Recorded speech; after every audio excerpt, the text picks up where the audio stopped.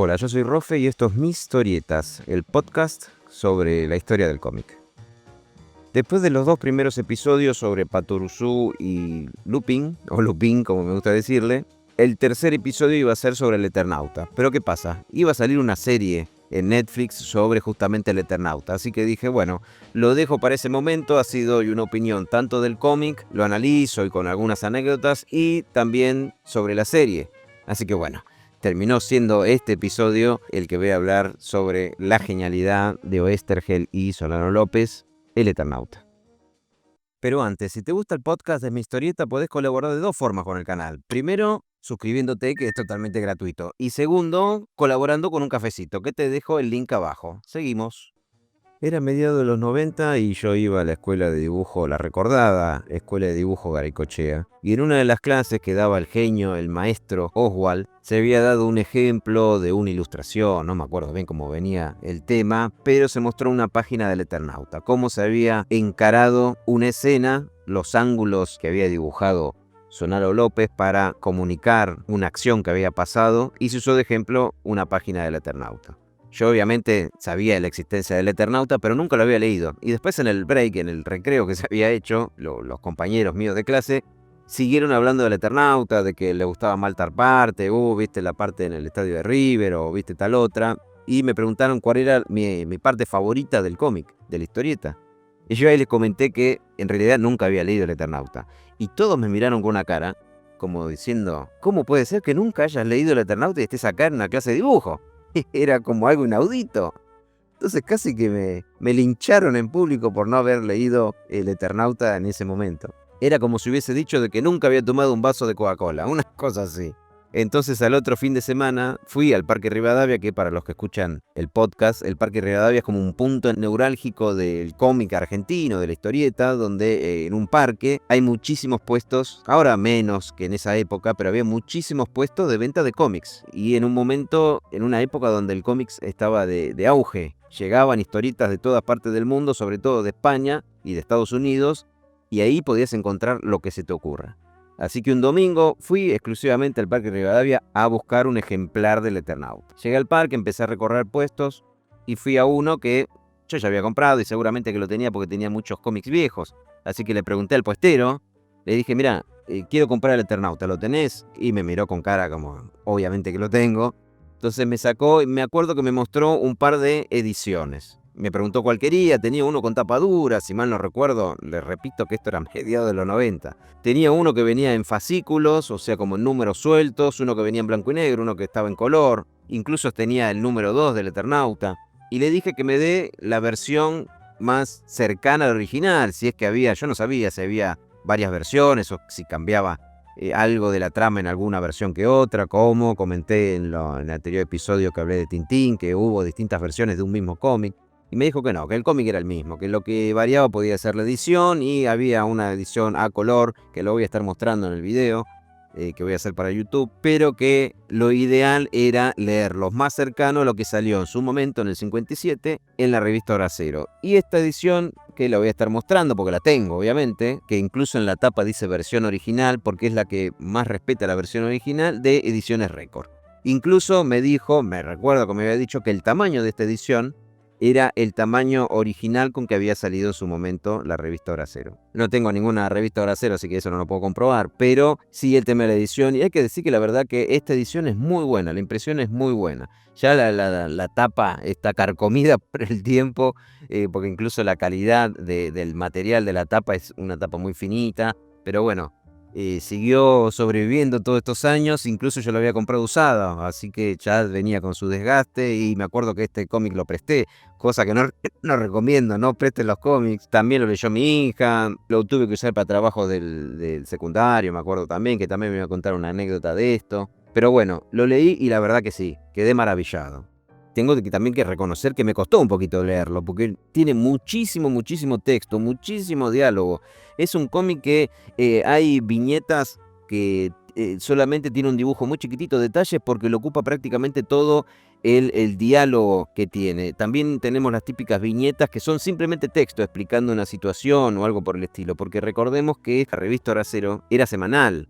Pero después con el tiempo me di cuenta de que si quería leer una versión tal cual como se pensó en su momento, como fue publicada en este suplemento, no queda otra que buscar todos los números de Uracero y empezar a leerlos ahí. ¿Por qué? Y porque estas historietas, las originales, empezaban, como era una revista que juntaba varias historietas en capítulos, por llamarlo de alguna manera, entonces uno podía seguir varias historias en una sola revista, como el Sargento Kirk de Oesterheld y Hugo Pratt. En realidad eran todas escritas por Oesterheld, Cayena dibujado por Haupt, Ernie Pike dibujado en ese momento por Moliterni, Randall, una de Cowboys de Arturo del Castillo, y así podía estar nombrando muchas.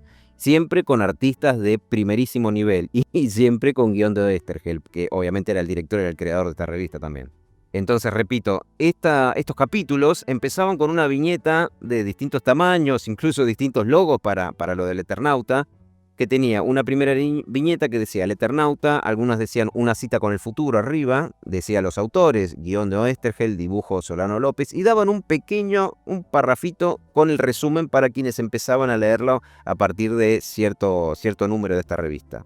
Entonces esa viñeta, en la edición completa, la que tiene todos estos capítulos unidos, no tenía sentido. Así que, ¿qué se hizo? Se eliminó esta primera viñeta con el logo y se fue reemplazando dependiendo de las páginas. Entonces alguna viñeta la tienen más estirada, que se le agregó un poco más de dibujo a los lados, otra se cambió un poquito el orden, la primera eran siempre 3 tiras, ¿no? Bueno, entonces la primera viñeta, como se eliminaba, la segunda viñeta se corría a la derecha y se ampliaba, y la primera viñeta de la tira de abajo se ponía arriba. O sea, se hizo un collage para que borrar estas viñetas iniciales con el logo del Eternauta, esas viñetas de presentación, y también muchas, que lo voy a estar mostrando en la versión para YouTube, tenían una última viñeta con los legales de la revista, lo cual es rarísimo, nunca visto, que se ocupa una viñeta para poner los legales. Esto que es el número y año de esta revista que uno tiene en la mano, el suplemento, donde se imprimió, franqueo pagado, bueno, ya lo voy a mostrar en la versión para video. Así que esa viñeta en la versión final también se tuvo que reemplazar. O sea, cuando se hizo este cómic originalmente para Hora Cero, no se pensó que iba a tener el impacto que iba a tener después y que se iba a editar y reeditar hasta el cansancio. Y continuó con la primera anécdota que estaba contando. Compro este libro, porque es un libraco, 350 páginas, imagínense. Y me senté, me puse a leerlo. Y como dije antes, no fue una lectura de corrido, porque imagínense, 350 páginas, y además al ser medio pesado, entre comillas, tanto texto, me llevó un par de días. Encima a mí no me gusta leer de corrido un cómic, me gusta más analizar los dibujos, pero bueno, es una locura mía. Pero eso sí, cuando terminé de leerlo, quedé fascinado.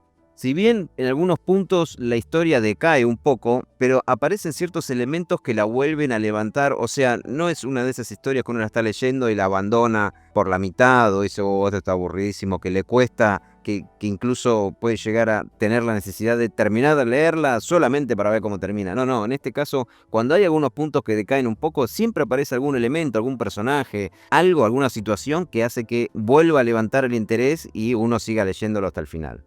También hay que mencionar que Oesterheld lo dijo en una entrevista, que tenía una idea base, que él se preguntó qué pasaría si llevo a Robinson Crusoe, lo llevo al mundo actual, y que en vez de estar rodeado de un mar, digamos, esté rodeado de muerte. ¿Qué pasaría en ese caso? Y esa fue su puntapié inicial para pensar esta historia. Y lo loco también fue que él sabía más o menos cómo iba a ir la historia, más o menos cómo iba a terminar, cómo tenía que empezar, porque ya había pensado un poco el final de la historia, pero todo lo que pasó en el medio lo fue creando, lo fue inventando a medida que se desarrollaba la historia. No es que ya tenía una historia, va a empezar así, va a seguir así y va a terminar allá, listo. Inicio, nudo, desenlace, no. Él tenía el inicio, tenía el desenlace, pero faltaba el nudo, faltaba lo del medio. Y eso lo fue inventando semana a semana.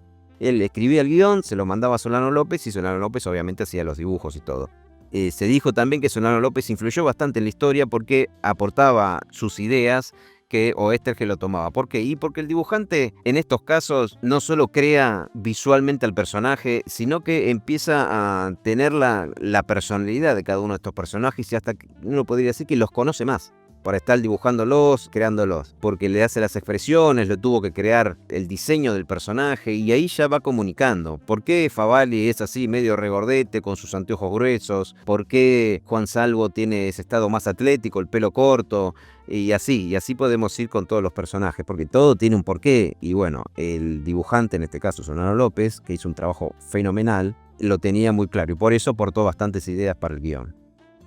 Y en la primera página del libro, que también está en otra edición que tengo de números por separado en capítulos a color, tomado de una entrevista, Oesterheld dice que El Eternauta inicialmente fue mi visión de Robinson, la soledad del hombre, rodeado, preso, no ya por el mar, sino por la muerte, lo que contaba recién. Tampoco el hombre solo de Robinson, sino el hombre como familia, con amigos, por eso la partida de truco. Por eso la pequeña familia que duerme en un chalet de Vicente López, ajena a la invasión que se viene. Esa fue el planteo. Lo demás creció solo. Como crece sola, creemos la vida de cada día. Publicado en un semanario, el Eternauta fue construyendo, bla, bla, bla. Bueno, también acá recuerdo otra pequeña anécdota, que estaba en el secundario y un profesor, y habrá sido de lengua, de alguna materia así, nos había dicho que teníamos que hacer un trabajo práctico con el Eternauta. No recuerdo los detalles, cómo era, pero bueno, yo lo presenté y el profesor en un momento dijo, bueno, leyó los trabajos que habían hecho los chicos, y dice, lo que no me estoy dando cuenta es que ustedes no entendieron el trasfondo de toda esta historia. Entonces dijo, bueno, a ver, yo ya había leído El Eternauta hacía poco, y dije, bueno, a ver qué dice este profesor. Y entonces dice, ustedes no se dieron cuenta que el mensaje del Eternauta es contra la dictadura de Videla. Fue lo que comentó. Y para no entrar en política, digamos, porque mi historieta no tiene nada que ver con la política, pero me acuerdo que hablaba de que tal personaje representaba tal cosa, tal otro personaje representaba tal otra, que hablaba que del capitalismo y que de la dictadura y qué sé yo. Daban ganas de frenarlo, decir, profe, pero esto se escribió en el 57 y la dictadura fue 20 años después. Pero bueno, y es incluso el día de hoy que ahora con el estreno de la serie se retomó todo ese tema y si uno entra en Twitter o en Instagram y ve algún comentario o ve algún posteo, hay gente que todavía sigue pensando eso, que no se molesta en investigar un poquito en qué año se creó el trasfondo de esto. Ahora, el Eternauta 2 sí ya tiene mucho más trasfondo político. Yo tengo que decir la verdad, cuando terminé de leer el primero, fui corriendo a comprar el segundo, y el segundo, tengo que decirlo, me pareció malísimo. Me aburrió mucho, los dibujos estaban muy buenos, pero la historia me parecía muy forzada. Uno hasta sentía que era todo un contexto político. Pero bueno, es lo que hay, tampoco a uno le tienen que gustar todos los números. A mí la verdad que el segundo no me gustó y después investigando y comentando con amigos, incluso los que me habían recomendado leer el Eternauta, me dijo sí, no, el Eternauta es el 1 y el resto, bueno, fueron cosas que siguieron saliendo. También existió el Eternauta 3 y otras historias, Odio Cósmico, de distintas historias que algunas un poquito mejores que otras, pero obviamente ninguna llegó al nivel de la primera. Y volviendo a esta primera edición original, hay varias curiosidades. La primera que podría comentar es que la versión más común, la que tengo acá en mi biblioteca y que está también recopilada en algunos fascículos, es una edición que fue retocada de la de Hora Cero que comenté hace un ratito.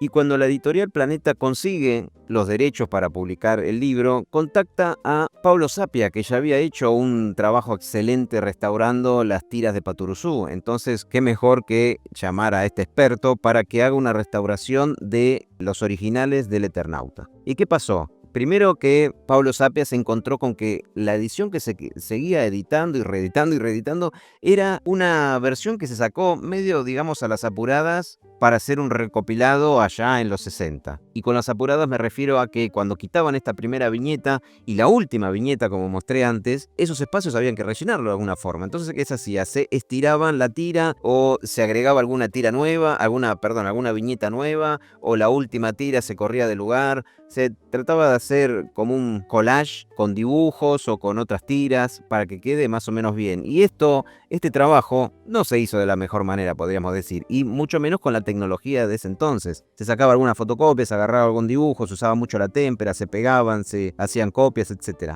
Y cuando digo las apuradas es que, por ejemplo, se cometieron algunos errores como que al estirar una tira, el dibujo que se usaba para reemplazar no coincidía con los dibujos que venían en las otras páginas. Entonces tenemos una página muy conocida, una tira en donde Juan Salvo, ya con todo ese traje de buzo, sale al exterior lleno de nieve, donde veíamos que la casa, la ventana tenía 8 paneles de vidrio. Bueno, en el dibujo que se hizo para rellenar, se puso una ventana chiquitita con 4 paneles. O sea, son detalles mínimos, que eso no influye mucho en la historia, pero son detalles que estaría bueno corregirlos. También hay otra que voy a mostrar en la versión que voy a hacer para YouTube, en donde por falta de espacio en la versión original, muchos de estos cuadrados con texto se ponían arriba de los personajes y se perdía mucho de la gracia, más teniendo espacio de sobra cuando en la siguiente versión se estiraron estas viñetas. Entonces tenemos un personaje que lo voy a mostrar en donde un cuadro con texto se está tapando la cara, el cuerpo de uno de los personajes de los manos, y al costado se hizo como un dibujo para rellenar, para que no quede ese espacio en blanco. Entonces, bueno, en la versión del 2022 ese texto se corrió a ese lugar derecho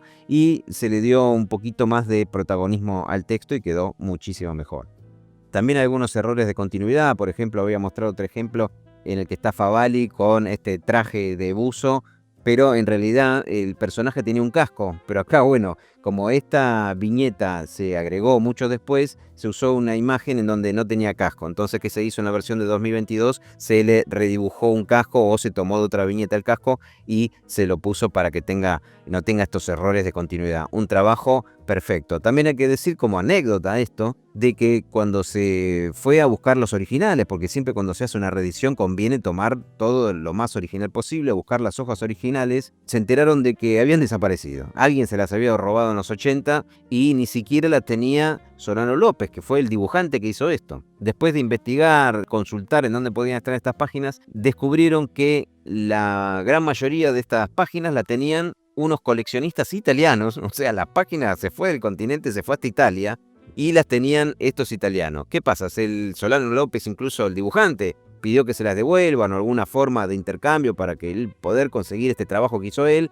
Y estos coleccionistas italianos dijeron que no, que de ninguna manera las iban a devolver porque ellos las compraron de buena fe. Bueno, no sé en qué estará esa investigación, si en algún momento se hizo algo, a ver de dónde salieron estas páginas, cómo las consiguió esta gente, si fue de manera legal o ilegal. Bueno, la cuestión es que lo que sí accedieron es a hacer copias digitales con una super resolución, y esa fue la que se utilizaron. Esas imágenes con super definición son las que se utilizaron de base con muchos retoques, porque imagínense que pasaron ya cuántos años desde el dibujo original que tal vez había desgastado, alguna hoja que estaba doblado, etc. Bueno, Pablo Sapia hizo todo este trabajo meticuloso de retocar página por página y hacer estas ediciones. También hay que decir, como otra anécdota más en este tema, es que hay 35 páginas de las 350, hay 35 páginas que están desaparecidas, no se encuentran. No se sabe dónde están esas 35 páginas. Entonces, ¿cómo se hizo para lograr esta edición de Editorial Planeta? Bueno, fue escanear libros impresos, o sea, las versiones que andaban dando vuelta de algunos coleccionistas con mejor o mayor calidad de impresión. Se las escaneó lo mejor que pudo, se las retocó para tratar de igualar la calidad de esas 35 páginas a el resto del libro. En 1969 salió una segunda versión, no una segunda parte, sino una segunda versión creada por, obviamente, Oesterheld, pero ahora el dibujante era Alberto Breccia, que era un excelente dibujante, un gran dibujante, uno de los maestros del cómic argentino, pero mucho más experimental y visceral su estilo de arte. Pero repito, esto fue en 1969 y ya el aspecto político de Oesterheld se marcaba mucho más en sus textos. Así es que esta versión es muchísimo más pesimista. Recordemos que esto lo escribió cuando estaba la dictadura de Onganía, y no solo había cambiado el estilo de ilustración, también había cambiado la perspectiva y varios aspectos de la trama. A diferencia de la primera parte, digamos, del Eternauta, el original, esta se publicó con varias páginas en la revista Gente, que no tenía nada que ver con el cómic y mucho menos con la temática de este cómic. Así es que mucho antes de que termine la historia se dio de baja y no concluyó esta nueva versión dibujada por Breccia. En el 76, en plena dictadura, como comenté hace un ratito, sale el Eternauta 2, esta vez sí es una continuación, escrita obviamente por Oesterheld y dibujado nuevamente por Solano López, con un dibujo también que es una fiel continuación de El Eternauta 1, Y acá es una historia también mucho más bélica, digamos, donde Juan Salvo, su esposa y su hija, y aparece Germán, que es Oesterhel, aparece como un personaje más que había aparecido en la primera parte, pero acá con un protagonismo un poco más elevado, y nos cuenta una historia, no la voy a contar, pero es un futuro post-apocalíptico, había pasado un desastre y quedan algunos humanos viviendo, y bueno, estos personajes que ya habíamos visto en el primer número se unen a esto como una especie de rebelión. La particularidad de esto es que como se escribió en el 1976, en plena dictadura, Oesterhel enviaba los guiones, se lo enviaba a Solano López en la clandestinidad, o sea, a escondidas, le enviaba y le hacía llegar estos guiones para que él siga continuando esta historia. Y fue durante este lapso de tiempo en donde la dictadura secuestró y desapareció no solo a Oesterhel, sino también a sus 4 hijas. En una entrevista, Solano López dijo que él recibió hasta las últimas páginas en el guión, los últimos guiones de esta historia, pero él la verdad que duda de que los últimos guiones que recibió para concluir la historia que los haya escrito Oesterhel. O sea que una mano siniestra fue quien escribió estos últimos capítulos y se los envió. Una parte muy triste de nuestra historia, ¿no? Y ahora vayamos con la serie que acaba de estrenar Netflix la semana pasada, una serie muy esperada porque recordemos que se había anunciado allá por la pandemia en el 2020, así que miren si llevó tiempo hacer estos 6 capítulos, que la verdad no sé por qué los lanzaron los 6 juntos, porque daba como para lanzar uno por semana y que esté toda la gente hablando durante por lo menos, no sé, un mes y pico sobre la serie, pero bueno, son esas estrategias de marketing que van eligiendo. Primero digamos que me gustó porque cuando se anunció que esto lo iba a hacer Netflix, mucha gente empezó a dudar sobre cómo iba a ser la serie, si le iban a cambiar la raza a algún personaje, si le iban a poner algún tema sobre la sexualidad de otro personaje. Son cosas que se hablaron porque es lo que venía haciendo Netflix, pero ya vimos otras empresas como Disney que ya están cambiando la perspectiva donde apuntan su agenda, por llamarlo de alguna manera, y en este caso, por suerte no se hizo. Además, otras cosas que también muchos tenían miedo era que se tome como un tono más genérico, más latinoamericano y no tan argentino. O sea, que la historia, los lugares, todo se haga para que todo el mundo, porque recordemos que Netflix está presente en todo el mundo, que todo el mundo disfrute de esto y no solo el público argentino. Pero por suerte eso no es tan así. O sea, ya que en la primera escena estén jugando al truco, un juego de cartas que es muy popular acá en Argentina, pero en otros países no tanto. Creo que en España tiene otro nombre, creo que se llama Truc, y es prácticamente el mismo juego, pero ¿en qué otros países se juega esto? Después que la historia esté situada en la provincia de Buenos Aires y en la capital federal, bueno, es obvio que eso tenía que estar porque es una de las gracias que tiene el cómic. También otra de las dudas era si los personajes iban a hablar en neutro, pero no, hablan en argentino, hacen chistes bien argentinos como el famoso diálogo cuando están jugando al truco, cuando empieza el primer capítulo, con un diálogo 100% argento, que en otros países, bueno, se habrá complicado el tema de la traducción. Después también que le dan ese pasado Juan Salvo, o sea, a Ricardo Darín, de que es excombatiente de Malvinas, que también es bastante jugado, sabiendo de que esto se va a streamear a todo el mundo. Y la verdad que fue un acierto, porque obviamente que en el 57 la guerra de Malvinas todavía no había sucedido, pero que este personaje sea un excombatiente de Malvinas le viene como anillo al dedo. Además de que maneja bien las armas, ya tiene eso, tiene todo este trauma posguerra que mucha gente, lamentablemente, excombatientes tienen. Y en este caso se mezcla porque él piensa que es un drama que tiene algunos problemas psicológicos relacionados con la guerra de Malvinas, pero se da cuenta que es otra cosa cuando empieza a ver imágenes del futuro, que de ahí también viene el tema del Eternauta. Una cosa que también me llama la atención es que mucha gente de otros países que habrán visto, que no leyeron el cómic, obviamente, y habrán visto estos primeros 6 capítulos, se habrán preguntado, ¿de dónde sale lo de el Eternauta? ¿Qué es el Eternauta? ¿Quién es el Eternauta? O sea, no se nombra en ningún momento cuando en la historieta, en las primeras páginas, ya Juan Salvo se presenta como el Eternauta. Acá, como toda esa parte se obvió, no tiene ningún sentido el nombre de la serie. O sea, va a tener sentido cuando acabe esta serie, si es que en algún momento termina, porque a la velocidad que van estos 6 capítulos que tardaron tantos años para que se complete la historieta del Eternauta, no sé, van a tener que pasar varias décadas. Otro detalle que me llamó la atención es por qué se le cambió el nombre a Elena y Martita de la historieta, que era Elena con su hija chiquita, que acá pasó a ser Elena y Clara. ¿Por qué Martita pasó a ser Clara? Bueno, no sé, no encontré en ningún lado esa información de por qué se cambió el nombre a ese personaje cuando el resto de los personajes mantienen sus nombres.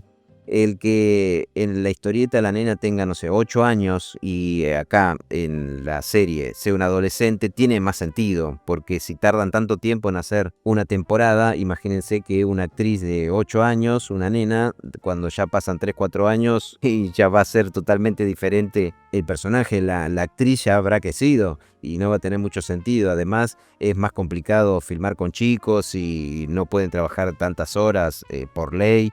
Así que creo que eso fue un acierto.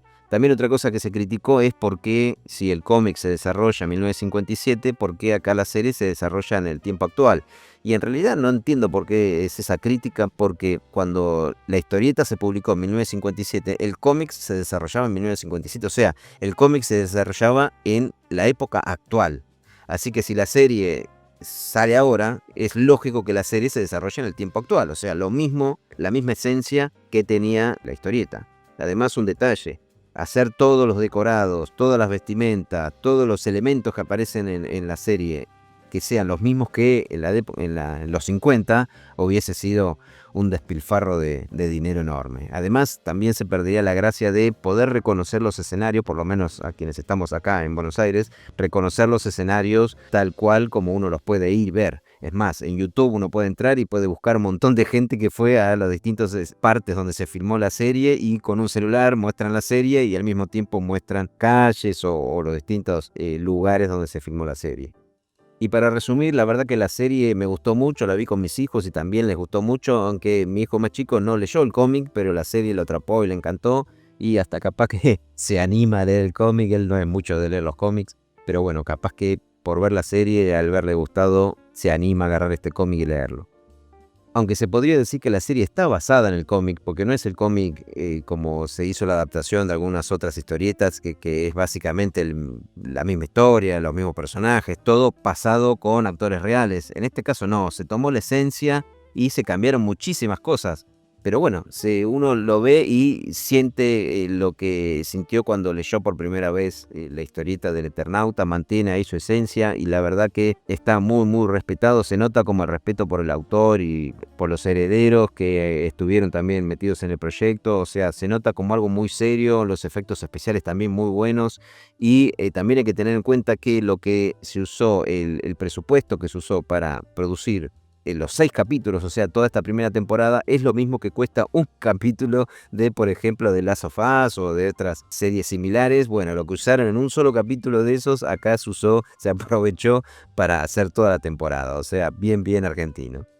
Y bueno, acá cerramos este nuevo episodio que venía postergando este iba a ser supuestamente el tercer episodio, pero bueno, lo fui pateando y postergando para aprovechar el momento en que se estrene la serie.